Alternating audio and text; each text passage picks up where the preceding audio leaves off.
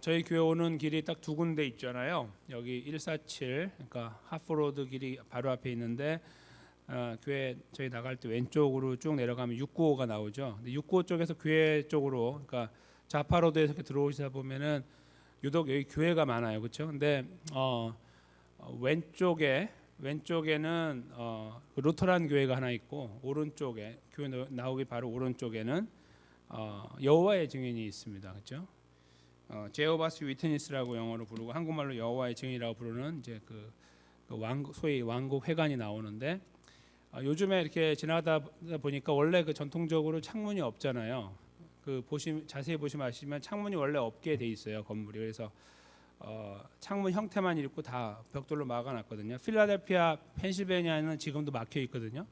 근데 여기는 뚫어놨어요. 최근에 공사를 대대적으로 하더니 창문이 이렇게 해가지고, 창문을 해놓은 목적이 뭔지 모르겠는데 일단은 선전 효과가 있는 것 같더라고요. 왜냐하면 이렇게 지나다 보면은 차들이 굉장히 많이 주차돼 있고 주차장이 막 터져나갈 정도로 많죠.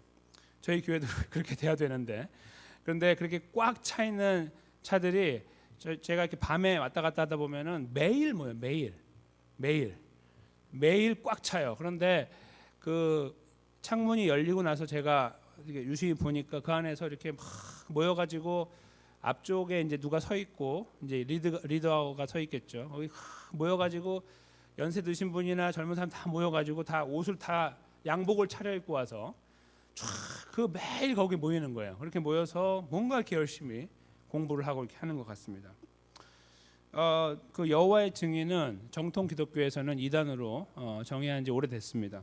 몇 가지 이제 제가 좀 나눠드리려고 그러는데요. 이제 거기가 이단이다, 그걸 지금 말씀드리려고 하는 건 아닙니다. 근데 일단 그래도 기본적으로 저희가 알고 있어야 되기 때문에 말씀드리면, 일단은 여호와의 증인에게는 지옥이 없습니다.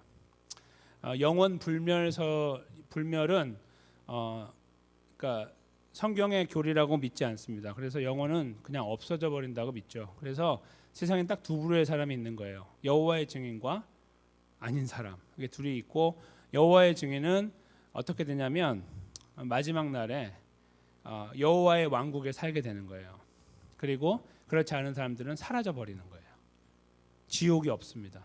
그러니까 그냥 쑥 사라져 버리니까 초이스가 간단한데 사실 성경보다 훨씬 더 잔인하지가 않은 거죠. 평화로운 거예요. 그냥 믿으면 영원히 살고 안 그러면 사라져 버리는 거예요. 그러니까 당신이 어떻게 할래? 초이스를 해라. 그러면 뭐 난 사라지고 말래. 그러면 그냥 안 가면 되고, 그래도 영원히 살아야지. 그러면 거기 가는 거예요. 이제 그렇게 이제 좀 지옥보다 낫죠.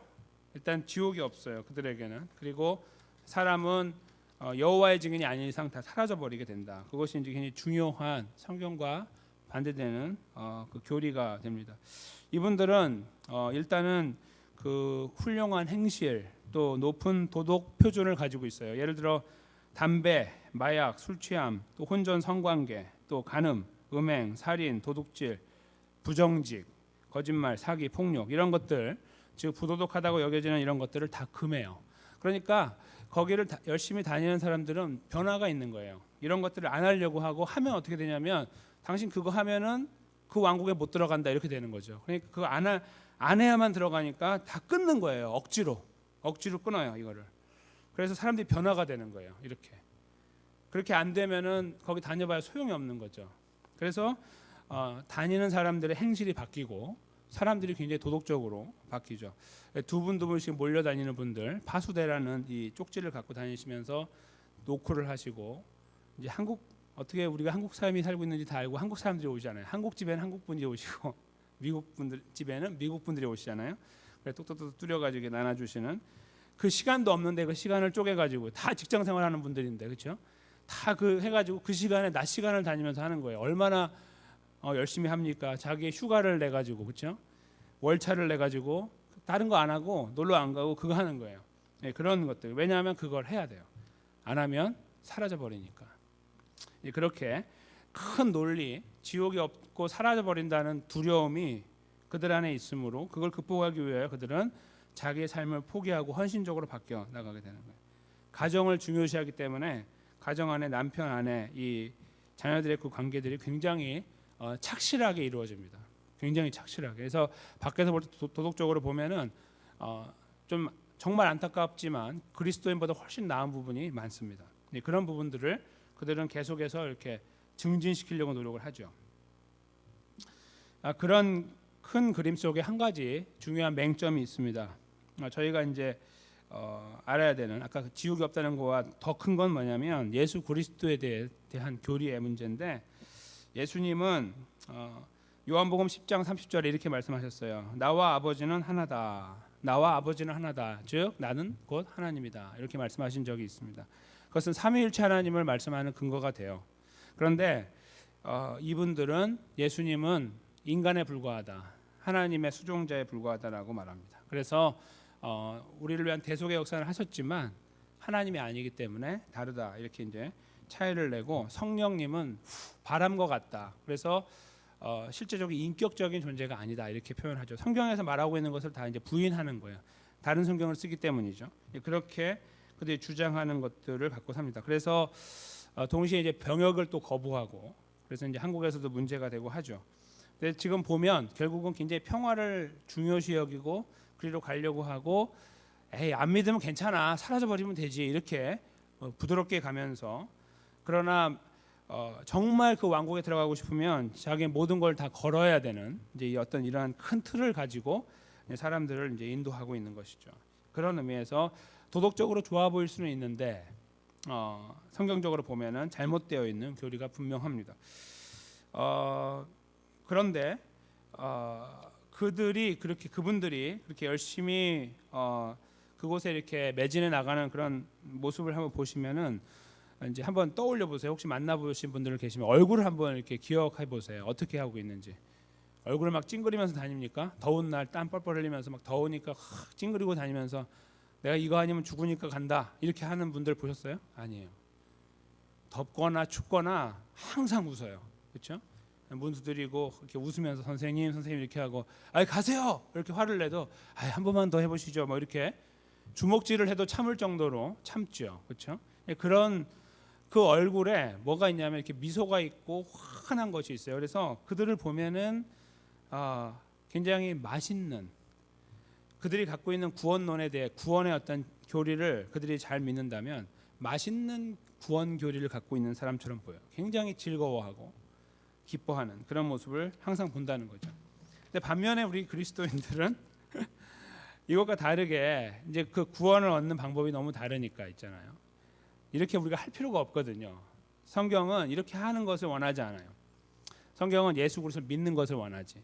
예수 그리스도가 모든 거라고 말씀하고 예수님 안에 구원받았다고 우리에게 선포하고 있기 때문입니다. 그래서 유독 그리스도인들이 이런 도덕적인 것들을 강조하는 분들 앞에 딱 서면은 작아지는 거예요.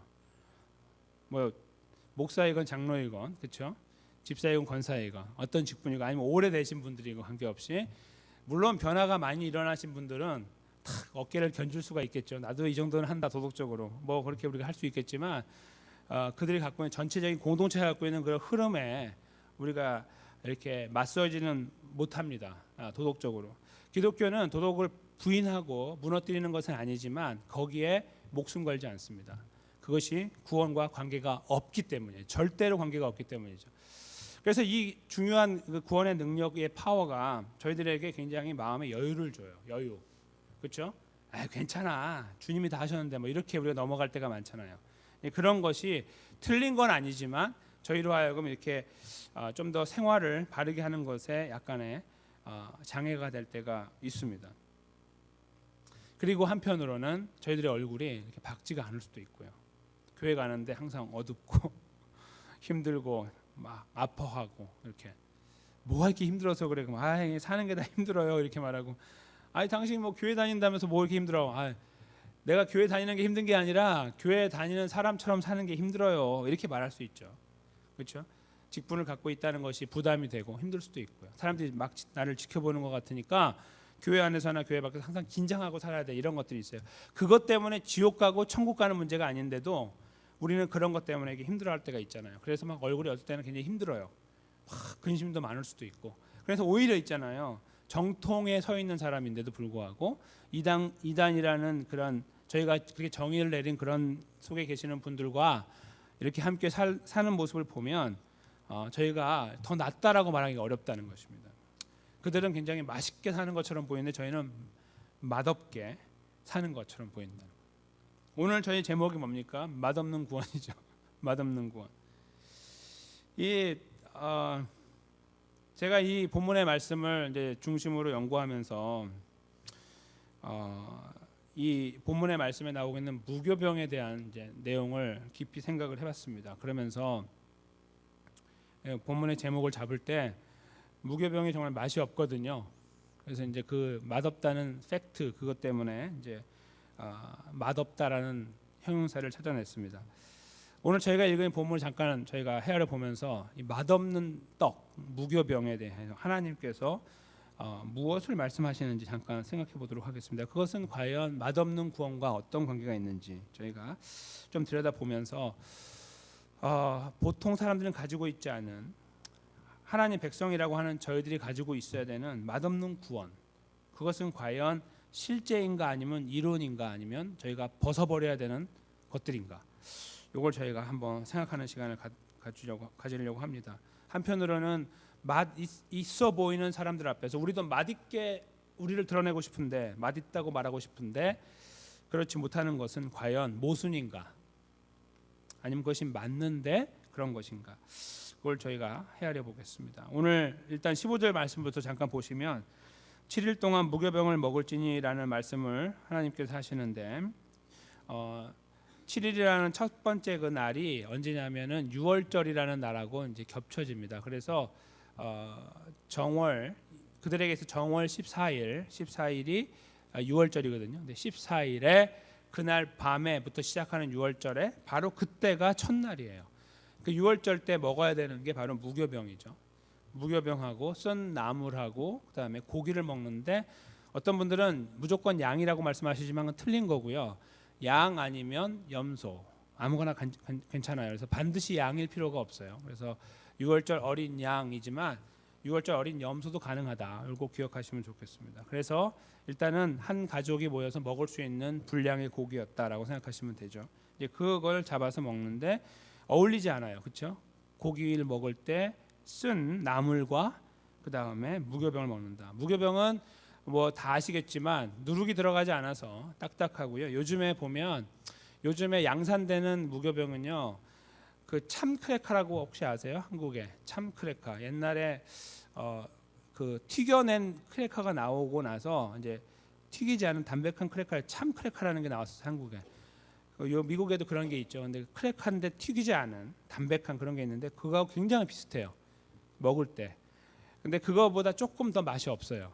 그러니까 그냥 밀가루하고 물하고, 원래 원칙이 밀가루하고 물 반죽해서 그냥 이렇게 굽는 거기 때문에 정말 맛이 없는, 그게 이제 무교병이죠. 누룩이 들어가지 않아서 불지도 않아서 부드럽지도 않고 딱딱하게, 그래서 하루만 지나면 못 먹어요. 그리고 실제로 이제 이거는 여러 가지 이제 기록들이 있는데 1900년도 1800년도 말에 이스라엘 랍비 중에 앱스타인이라고 하는 랍비가 있어요. 이 사람이 이제 여러 가지 그 오랫동안 내려왔던 유대인 전통들을 모아가 집대성해 가지고 책을 만들었어요.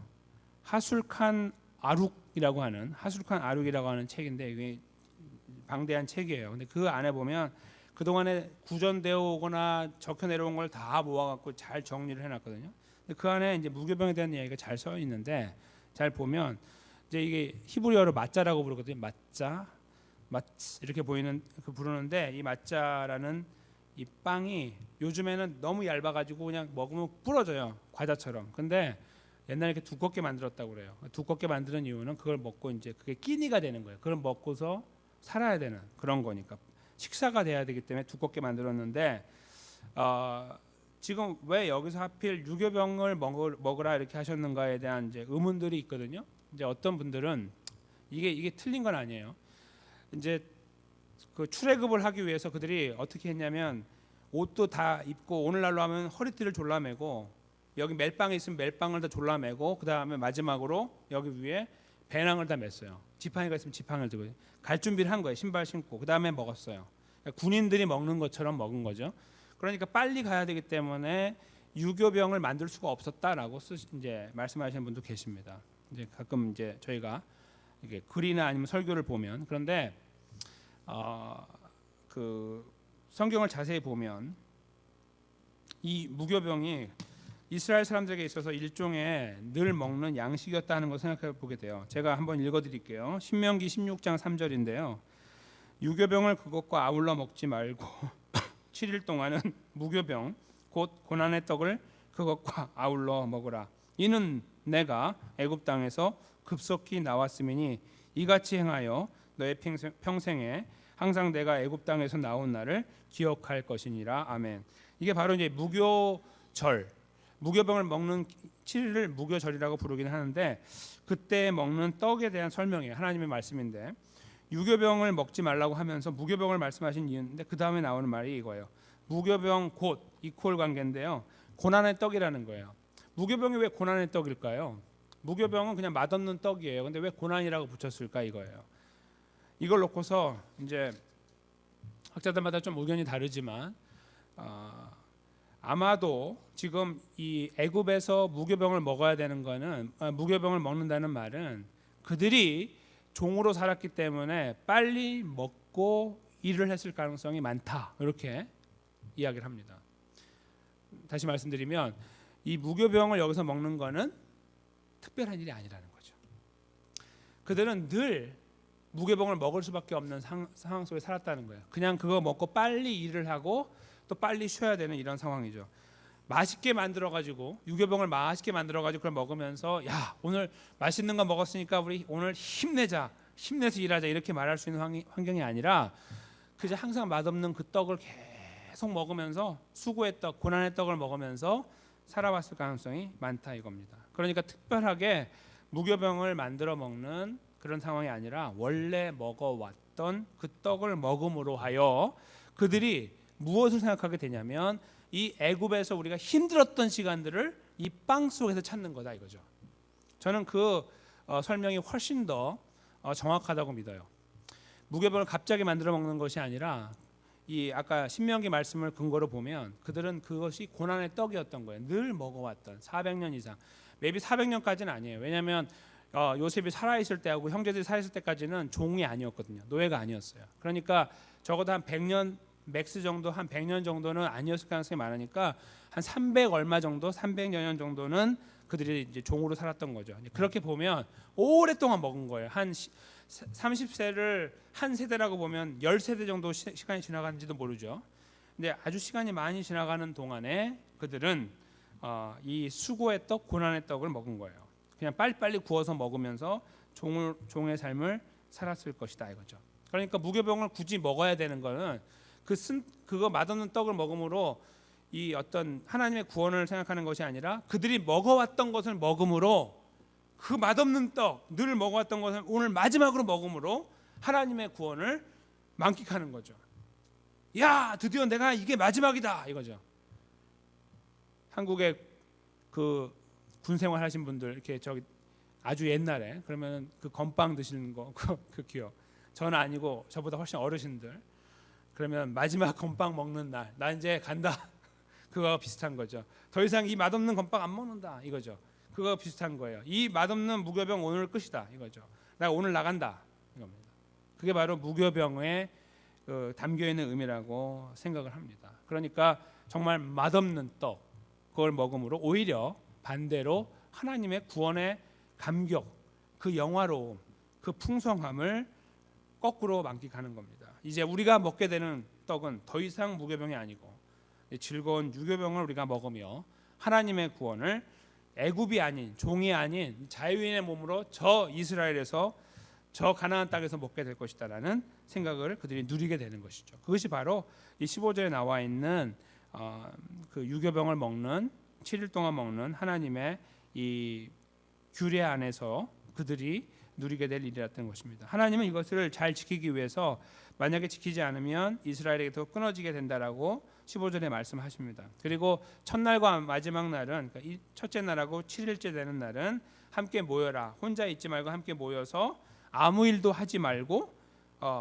이 음식 먹는 거에만 전념해라. 그렇게 쓰고 있어요. 그래서 각인의 식물만 너희가 갖출 것이다 말은 밥 먹는 일만 하라는 거예요. 노동을 하려면 밥을 만드는 것만 노동하지 아무 일도 하지 말라. 그냥 널브러져 있으라 이 말이에요. 널브러져 있으라. 아무것도 하지 말고 그 떡 먹으면서 그렇게 하나님께서 제한을 두셨습니다. 그것이 바로 이 무교절의 규례가 되는 것입니다.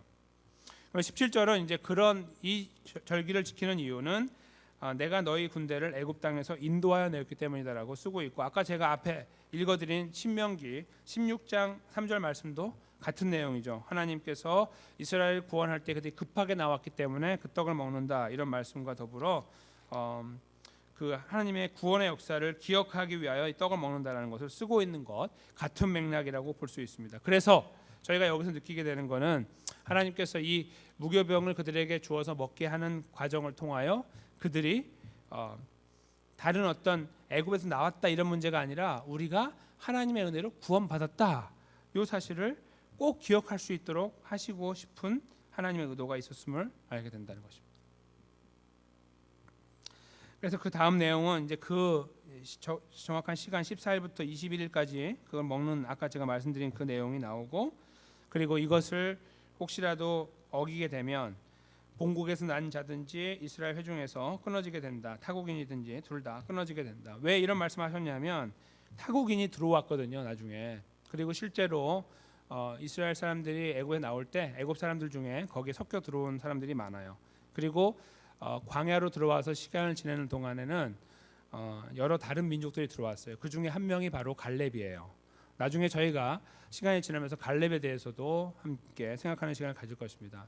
우리가 잘 아는 용맹한 갈렙, 여호수아와 어깨를 같이 했던 갈렙은 사실 이방인이었습니다. 그 내용도 저희가 나중에 살피겠습니다만, 여기서 말씀하시는 타국인과 본국에 난 자, 그러니까 이스라엘 사람과 이방인 모두 다 이 규례에 저촉이 된다는 것입니다. 지키지 않으면 저촉이 된다는 것을 말씀하셨습니다.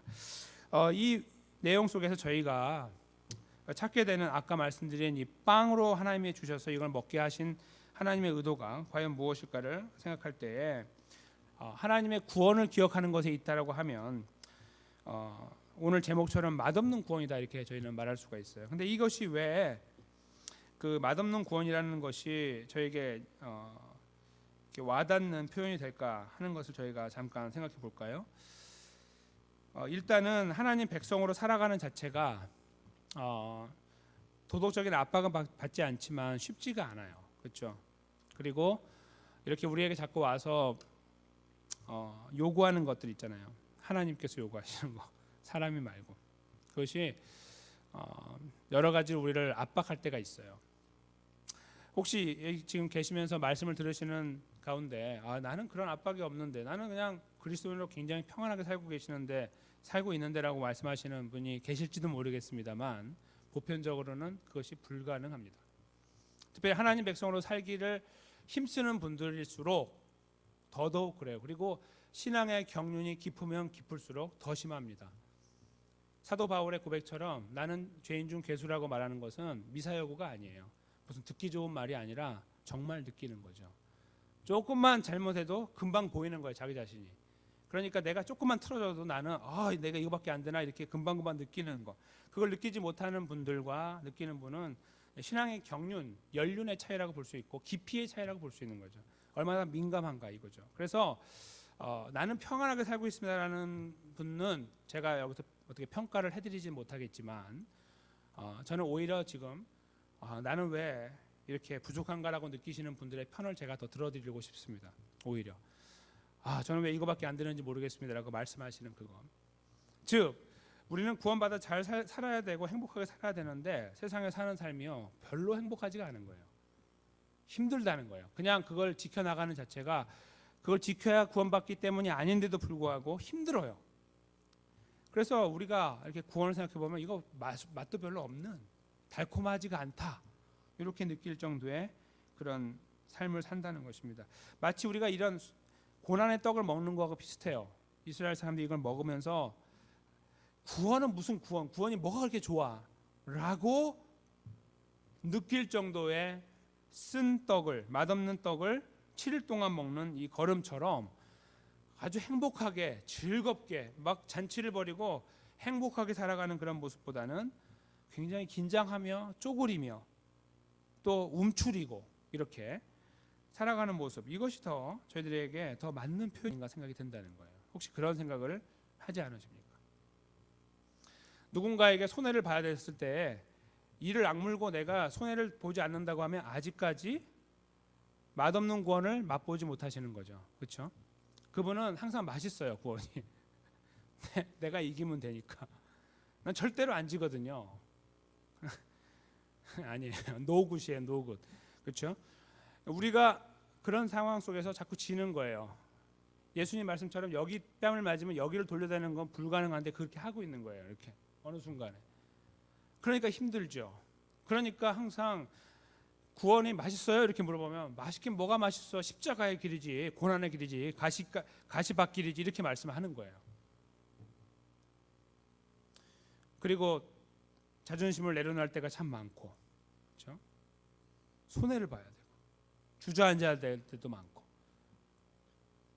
그걸 다 참고 견뎌 나가는 거. 이것처럼 맛없는 게 어디 있습니까?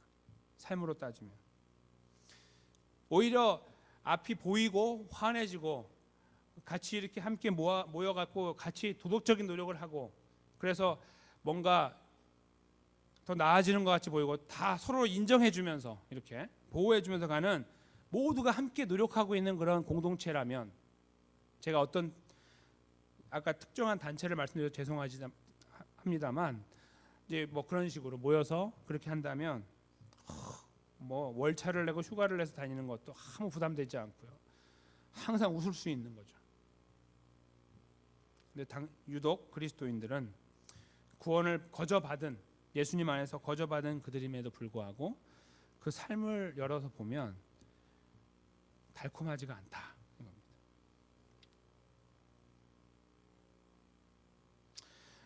근데 저희가 이제 그런 삶을 살아가야 되는 이유에 대해서 잠깐 생각하고 말씀을 마치려고 합니다. 왜 저희는 달콤한 구원을 경험하지 못하는가? 오늘 여기에서 표현하고 있는 이 무교병, 누룩이 들어가지 않은 떡을 먹는 날이 바로 이제 유월절이라고 말씀드렸잖아요. 그런데 한번 잘 생각해 보세요. 예수님께서 유월절 같이 모여서 식사를 하셨어요, 제자들하고. 그게 최후의 만찬이라고 부르잖아요. 그때에 예수님께서 무엇을 하셨죠? 식사 다 마친 다음에 떡을 이렇게 가져와 가지고 떡을 어떻게 했어요? 축사를 하시고 그걸 떼어서 제자들에게 돌렸습니다. 떼어 먹도록. 그렇죠? 그 떡은 무슨 떡일까요? 무교병입니다. 유교병이 아니고 무교병이라고. 그러면서 예수님이 하신 기가 막힌 말씀이 있습니다. 이것은 너희를 위하여 주는 내 몸이라 이렇게 말씀했죠. 그러니까 예수님께서 여기서 하시고자 하는 일이 뭐냐면 유월절 어린 양과 예수님을 연결하는 과정도 있지만 더 나아가서 무교병, 그들이 먹었어야 되는 바로 그 맛없는 떡 있죠. 고난의 떡. 그것이 바로 나다. 이스라엘이 먹었던 바로 그 떡이 바로 나다. 너희가 나를 먹어서 이 구원을 누려라. 이렇게 말씀하시기 위한 의도가 있었다는 것입니다. 그래서 예수님은 무교병이 자기 자신임을 여기서 증명해 주신 거예요. 다른 말로 바꿔드리면 지금 우리가 무슨 무교병하고 관계가 있습니까? 라고 할 수 있지만 우리는 무교병 때문에 여기 있는 겁니다. 정확하게 말씀드리면 구약에 있던 이 이스라엘 백성들이 출애굽할 때 먹었던 바로 그 무교병. 지금도 이스라엘 사람들은 공장에서 만들어내는 이 무교병을 먹지만 그 무교병을 먹으며 무교절을 지키며 자신들의 존재감을 확인하고 있는 바로 그 무교병. 바로 그 무교병의 실체는 예수 그리스도였다는 거예요. 그분들이 드시고 있는 무교병은 예수님이 아니죠. 왜냐하면 그분들은 예수를 믿는 분들이 아니니까. 그러나 예수 그리스도를 믿어 나의 구원자로 믿고 예수님 안에 구원을 얻었다고 확신하는 하나님의 백성들이라고 한다면 우리는 바로 이 무교병의 실체인 예수 그리스도를 먹은 거예요. 그리고 저희는 이것을 성찬식 때마다 떼어서 먹습니다. 오늘 저희는 무교병을 쓰지 않고 카스테라를 쓰기도 하고 떡을 쓰기도 하고 다른 걸 쓰지만 우리는 거기에 의미를 담습니다. 이것은 주님의 몸이다라고 말이죠. 바로 이런 과정을 통해서 이 맛없는 구원의 실체가 되는 무교병, 그렇죠? 상징이 되는 이 무교병은 예수 그리스도였음을 예수님이 나타내셨기 때문에 여기 계신 모든 분, 저를 포함하여 우리는 이 무교병 때문에 살아나는 사람들이다. 우리가 굳이 6월절 어린 양은 늘 많이 들어왔던 말씀이니까 그건 차치하더라도 오늘 여기에서 이 맛없는 구원을 상징하고 있는 무교병은 바로 예수 그리스도를 그대로 보여주고 있는 것이다 이겁니다. 만약에 예수 그리스도를 믿어 구원 얻은 우리가 그 구원 안에 거하는 사람들이라고 한다면 우리는 매일매일의 삶에서 이 무교병을 경험하며 살아야 되는 것입니다. 맛없는 떡, 그래서 맛없는 구원이 되는 거죠. 예, 좀 여기에서 이렇게 연결이 되시죠? 왜 우리의 그리스도의 삶이 세상에서 빡빡하고 더 잘하려고 하면 자꾸 흔들흔들하고 힘든 것처럼 보이냐 하면 바로 우리가 이 무교병을 먹어서, 무교병이 우리 안에 있기 때문이고 무교병의 이 고난의 그 걸음을 우리가 걷고 있기 때문이에요. 그래서 실제로 베드로전서 4장 13절 말씀에 그리스도의 그 걸음을 이렇게 말씀합니다. 오직 너희가 그리스도의 고난에 참여하는 것으로 즐거워하라. 이거예요. 십자가를 지고 나를 쫓으라 하신 예수님의 말씀을 베드로 사도는 이렇게 말씀한 거예요. 그리스도의 고난에 참여하는 것으로 즐거워하라. 그러니까 십자가를 메고 예수님을 따라가는 그 그림을 다르게 바꾸면 그리스도의 고난에 참여한다 그 말입니다. 그것은 예수님이 당한 십자가의 고난을 막 못을 찔리고 이렇게 당하라 그런 것이 아니고 뭐 누구에게 맞으라 그런 말씀이 아니라 예수님께서 걸어가신 그 걸음을 걷다 보면 만나는 고난을 말하는 거예요. 그거는 결코 쉬운 것이 아니기 때문이죠. 어떠한 도덕 군자를 만나서 훌륭한 성인을 만나서 살아가는 그 삶의 모습에 결코 뒤지지 않는, 한편으로 보면 하나님 앞에서 더 고귀하고 더 격조가 있는 그러한 도덕적인 삶을 어쩌면 우리가 살아가고 있는지도 모른다는 것입니다. 밖으로 보여지는 이를 악물고 이거 해야 내가 구원받으니까라고 하며 거기에 어떻게 하든 막 내 돈도 갖다 붓고 내 시간도 갖다 붓고 내 모든 걸 갖다 부으면서 그 마지막 구원 하나 붙잡으려고 가는 그런 걸음이 아니라 이미 예수님께서 우리에게 허락하여 주심으로 그 구원 안에 들어있는 사람으로서 우리를 구원하신 주님 되시는 예수님을 따라간다라는 입장에서 볼 때 저희는 오히려 조금 더 다른 시각으로 살고 있는 사람들이라는 것입니다. 그렇죠? 구원 받았기 때문에 산다는 건 두 가지 부류의 사람이 있겠죠. 뭘 그렇게 열심히 합니까? 구원 받았는데 라고 하는 얄팍한 믿음의 사람들이 있을 것이고 어떤 분들은 주님의 죽으심과 부활의 은혜가 너무 커서 감격하기 때문에 날마다 눈물로 침상을 적시며 우리의 연약함을 볼 때마다 자꾸 무릎을 치게 되고 가슴을 치게 되는 그러한 자리에서 주여 내가 어찌하오리까라고 외치며 하나님의 은혜를 구하며 살아가는 그런 자리에 저희가 서 있을 때 말이죠. 저희는 어쩌면 또 하나님이 기뻐하시는 차원이 다른 도덕적인 삶의 자리를 지키고 있는지도 모릅니다. 손해를 보고 얻어맞는 삶이죠. 그렇죠? 참 하나님께서 우리에게 주신 구원이 좀 화려하고 멋있고 대단하고 누군가 우리를 보호해주고 항상 어딘가 맞서면 정정당당하고 뿌듯하고 어깨를 견줄 수 있는 이 정도의 삶이면 참 좋겠다고 생각이 들 때가 많습니다. 혹시 여기 계신 분들은 그런 생각하신 적이 없으십니까? 오늘 그리스도인의 삶을 살아가시면서 혹시 그런 시간을 지나가고 계시는 건 아닙니까? 하나님 왜 이게 뭡니까? 구원은 아름답고 대단하고 화려한 줄 알았는데 달콤한 줄 알았는데 이 시간이 지나면 지날수록 굉장히 빡빡합니다. 굉장히 쓰고 힘듭니다라고 아파하고 힘들어하고 좌절하고 절망하는 그런 걸음 속에 계시는 것은 아닙니까? 하나님께서 저희들에게 말씀하십니다. 그것이 맞다라고 말이죠. 잘 가고 있기 때문에 그런 것이다라고 말씀하고 계신다는 것입니다. 하나님 구원이 별로 맛이 없습니다. 말씀 하나님께 드린다면 원래 그런 거야라고 말씀하시겠죠. 네가 성숙했기 때문에 그런 거야라고 말씀하실 겁니다. 네가 제대로 따라가려고 하니 그런 거야라고 우리를 격려하실 것이라는 것입니다. 그래, 내가 좀 치워줄게. 앞에 왔다 갔다 하는 거 내가 다 치워줄 테니 걱정하지 마. 그냥 쭉 가. 이지고잉해. 이렇게 하는 것이 아니라 그게 원래 가야 된 걸음이야 라고 하나님께서 말씀하실 거라는 것입니다. 그래서 저희는요, 맛있는 구원을 추구하는 자들이 아니고요, 정직한 그리스도인이라고 한다면 맛없는 구원에 매료를 당해야 된다는 것입니다. 그것이 너무 좋은 거예요. 그리고 거기에서 느끼는 겁니다. 주님이 나를 위해 걸어가신 고난의 걸음, 그리고 나도 주님의 고난에 동참하고 있으며 하나님 백성의 걸음을 내가 제대로 걸어가고 있는 것이구나라고 말이죠.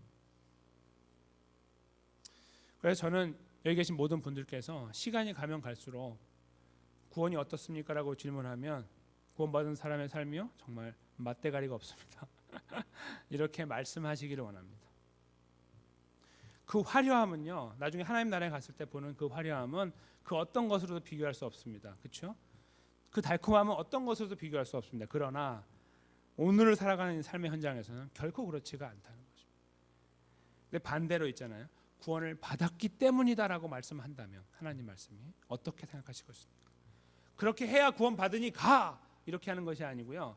구원을 받았으니까 그렇게 하는 것이 맞다라고 하시는 하나님 말씀 앞에 섰을 때 저희가 거기서도 하나님 그래도 이건 아니죠라고 말씀할 수 있는 마음의 여유가 있을까요? 아니에요. 저희는 그런 말 들릴 수가 없어요. 그저 감사합니다 하나님. 그저 감사합니다 하나님. 저를 구원해 주셨으니까 감사합니다 하나님. 우리가 이거밖에 하나님께 드린 말씀이 없지 않겠습니까? 참된 무교병이 되셔서 우리를 왜 십자가에 돌아가시고 부활하심으로 우리를 구원하신 예수 그리스도, 그분께서 우리를 격려하시며 주님의 고난, 그 주님이 걸어가신 그리스도의 걸음을 우리가 함께 걸어가기를 원하시고, 그것은 그냥 고난의 자리에 무조건 있는 걸음이 아니라 그저 그리스도인 다운 모습으로 살아가는,